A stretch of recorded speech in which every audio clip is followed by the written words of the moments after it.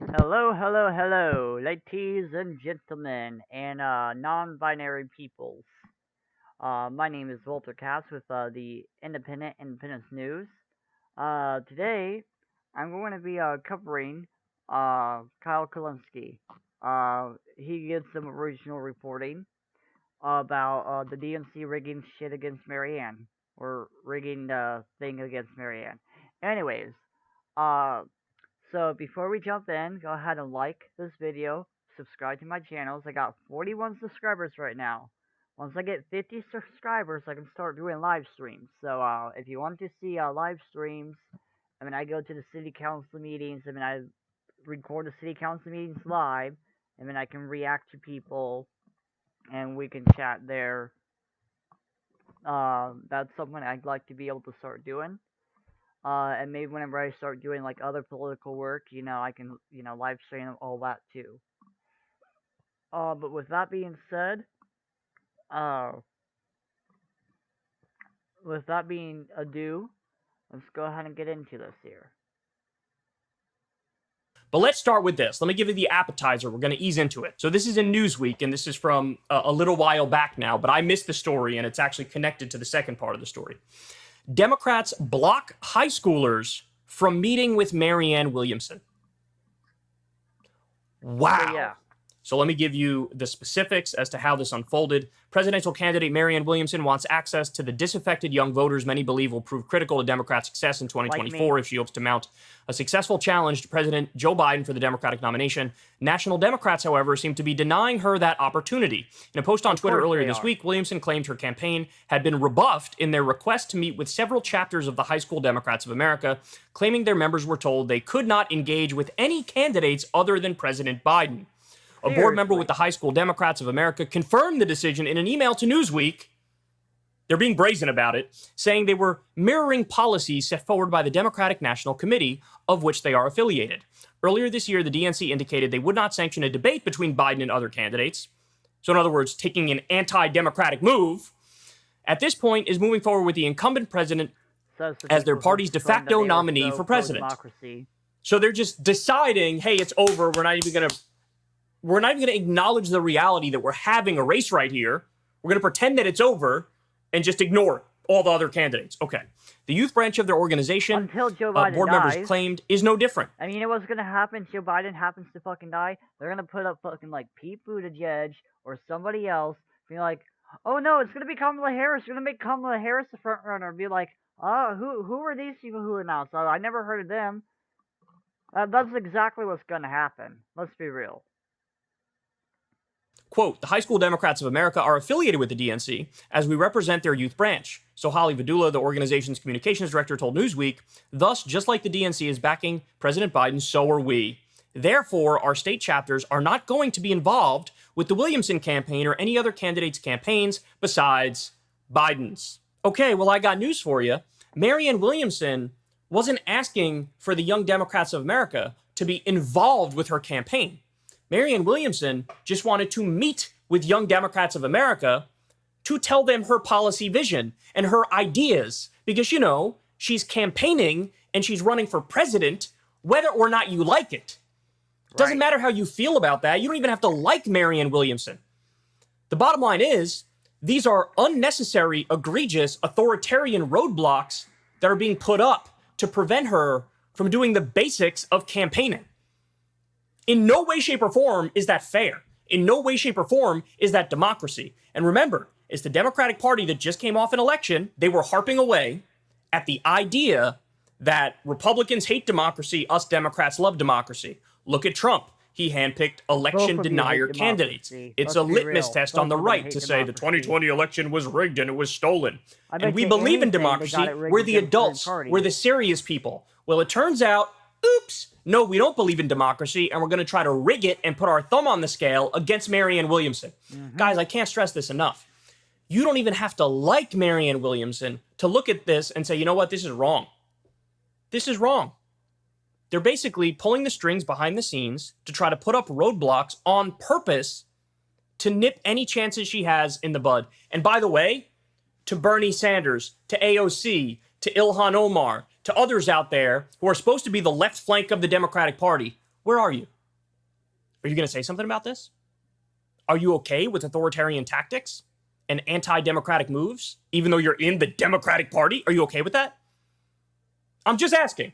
Because obviously, if you know this is happening and you're silent about it, that means you're tacitly endorsing it. You can't release a tweet. You can't release a statement saying the Young Democrats of America should be allowed to meet with Marianne Williamson. You can't do that. But as I said, this is just the appetizer. So now let me tell you guys about the main event. This is exclusive reporting. I normally don't do original reporting. I'm a commentator. I take news stories and give you the facts that other people have gathered, and then I give you my take on it. But I'm currently in a position where I'm the only one with this information who's any part of the media whatsoever. So I have to share this with all of you. So we just got news the other day that not only did the DNC block Marianne from meeting with Young Democrats, but Marianne Williamson was also blocked from South Carolina and New Hampshire Democrat voter data files.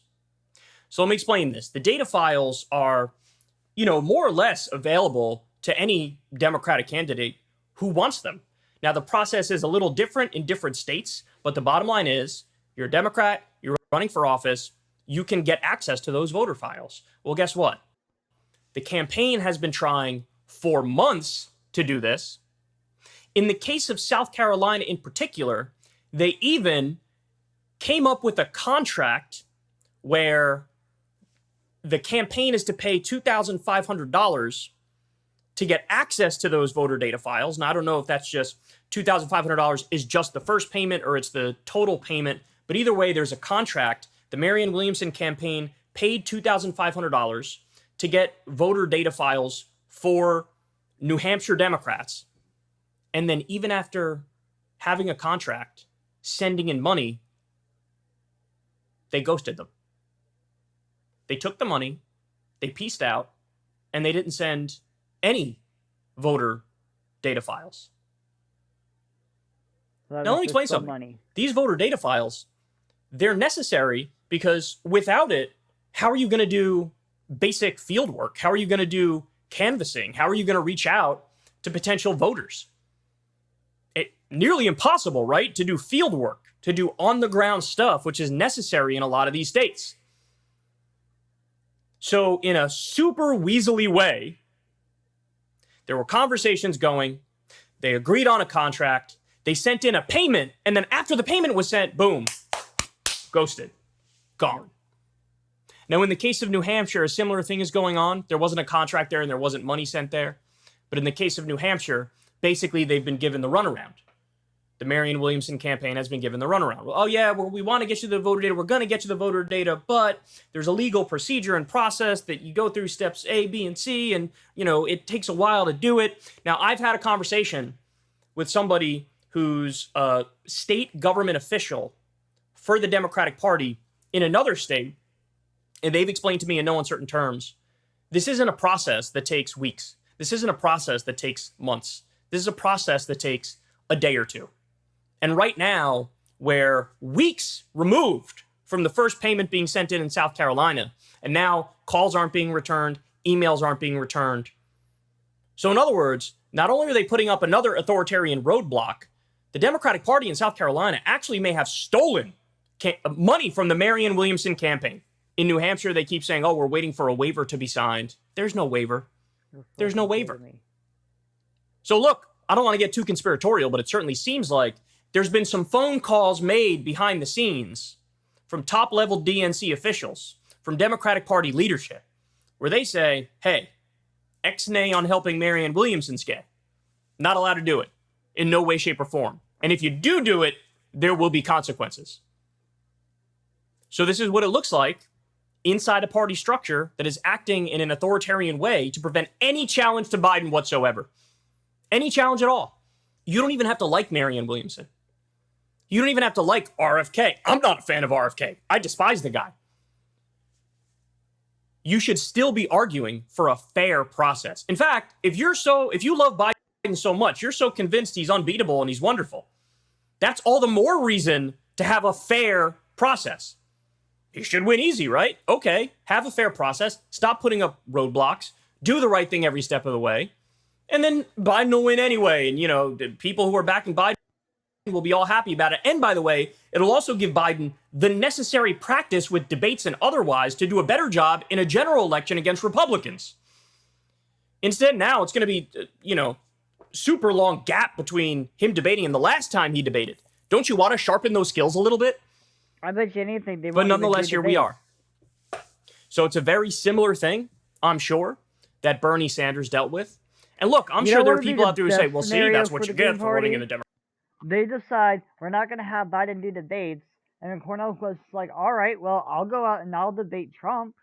And I bet you anything, Fox News will probably host that debate and be like, listen, Biden's not going to come out here and debate, but we got Trump or DeSantis, whoever it ends up fucking being, debating Cornel West. Cornel West does obviously a fucking better job, and then Cornel West gets it.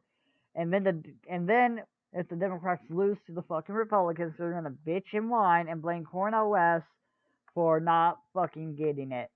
And then, you know what? At this point, one of those parties is gonna commit suicide. Either the Democratic Party is gonna commit suicide, or the Republican Party is gonna commit suicide. But either way, they are both on a suicide path right now. And you know what? People my age and in my generation, we're waking the fuck up to it. So, you know what? The older generations, y'all can have fun voting for lesser of the two evils. But like I have in this graphic here, you can have a do-nothing Democrat, a rapacious Republican, a lazy Libertarian, or a good Green. Vote for a lesser of two evils, or just don't vote for fucking evil. Plain and simple. Just don't vote for fucking Party, evil. This is to be expected. To an extent, it is to be expected. But that doesn't mean it's right. And furthermore, as rigged as it is from doing this within the Democratic Party, the Green Party doesn't even have ballot access in some places. And there's going to be definitely no debate between a Green Party candidate and Joe Biden or a Democratic candidate at all. There's not even the prayer of it. At least there's the prayer of it if we keep pushing enough, maybe, from within the Democratic Party. The most you could ever hope to get is like 5%. Well, no, we want to win, and we want to win right now because we need to win right now. So we could all just sit back and relax and say, hey, this is par for the course. Or we can mobilize and get into action and take this injustice and use it to fuel us to fight harder for Marianne Williamson. I know that that's how it's going to make me react. Because I'm not just going to sit back and watch them do the same old dirty tricks and act like it's okay and act like it's fair. No, she deserves those voter data files like any other candidate would be able to get. She deserves them. She deserves to speak to the young Democrats of America. Now, by the way, I want everybody to call the South Carolina Democratic Party phone number and leave a message and tell them what you think of this. Now, I want you to be respectful. I want you to be kind. It's very possible that whoever listens to the messages is not even involved in what's happening here in any way, shape, or form, so you don't want to misdirect your anger. You understand what I'm saying? But be clear. Be kind, but be clear. Marianne Williamson deserves those voter data files. She paid for it. Did you just rob her? Did you just steal her money? This is the campaign's money. Are these the kind of dirty tricks that people are going to play? The number is 803-799-7798. That's the South Carolina Democratic Party phone number. 803-799-7798. That's the phone number. Tell them this is unacceptable. Give her the... You know what? I'm going to call right now and leave a message. So, luckily, you got that on screen.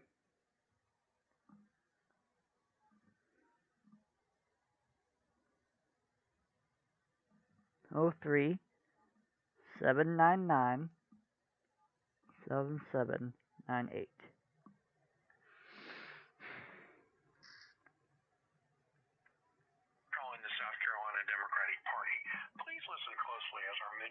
The voter data files that the campaign paid for. We're not going to take this laying down, right? We're not going to lay in a chalk outline of ourselves on the ground. Oh, there's nothing we can do. Oh, this is how they act. Well, it shouldn't be. And we should do something to try to stop that. We should fight back. Let's be clear. This is another attempt to rig the primary by acting like there isn't a primary. I'm gonna press 3 by here. preventing her from doing very basic things that any campaign would be allowed to do. This is what we're up against. And I want to reiterate, this doesn't mean you should be nihilistic. This doesn't mean you should be a doomerist. It means you should fight harder. It means you should get more involved. It means you should donate to Marianne Williamson's campaign. It means you should get... And she'll return your call. Thanks so much. Bye-bye. Thank you for using the voicemail system. Goodbye. Oh, it didn't even let me leave a voicemail. What the heck? Y'all heard that, right? Didn't even let me leave a voice. Okay, let me try again. Let's get that number campaign's back. Money. Are these the kind of dirty trick? Democratic Party phone number. Okay, let's try this again. 803-799-7798.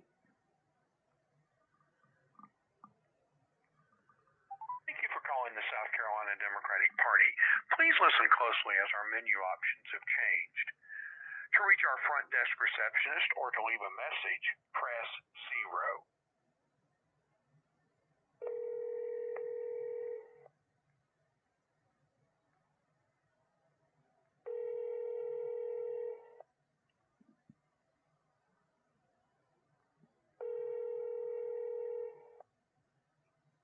Hi, you've reached Matt Green. I wasn't able to take your call. Please go ahead and leave me a message with your name and number, and I'll give you a call back shortly. Thanks. Bye. Hi, my name is Walter Capps. I'm a constituent in the state of Missouri. I am calling in concern about you guys' treatment of the Marianne Williamson campaign.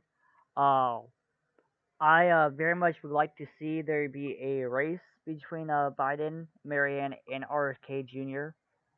There are 3 candidates running, and I do not think Biden should get the presidency automatically. I think she should have to earn it, like every other presidential candidate.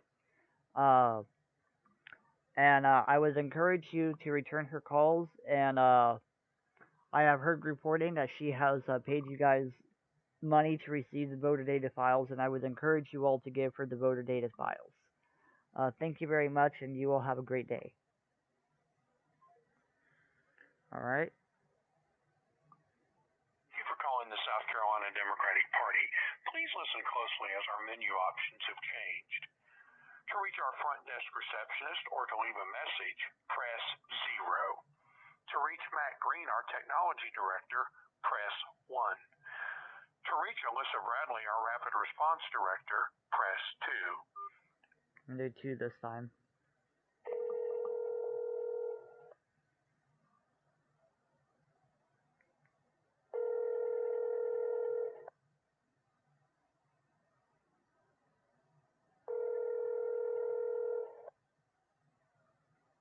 Hello, you have reached the communications desk of the South Carolina Democratic Party. Please leave us a message, and someone will return your call. Thank you. Hello, my name is Walter Capps. I'm a constituent in the state of Missouri. I am calling because I have heard reporting that you guys are not being cooperative with the Marianne Williamson campaign. I would like to see there be a race between Biden, Marianne Williamson, and RFK Jr., and I would like to see you treat all the candidates fairly. I am a believer in democracy, and I'm a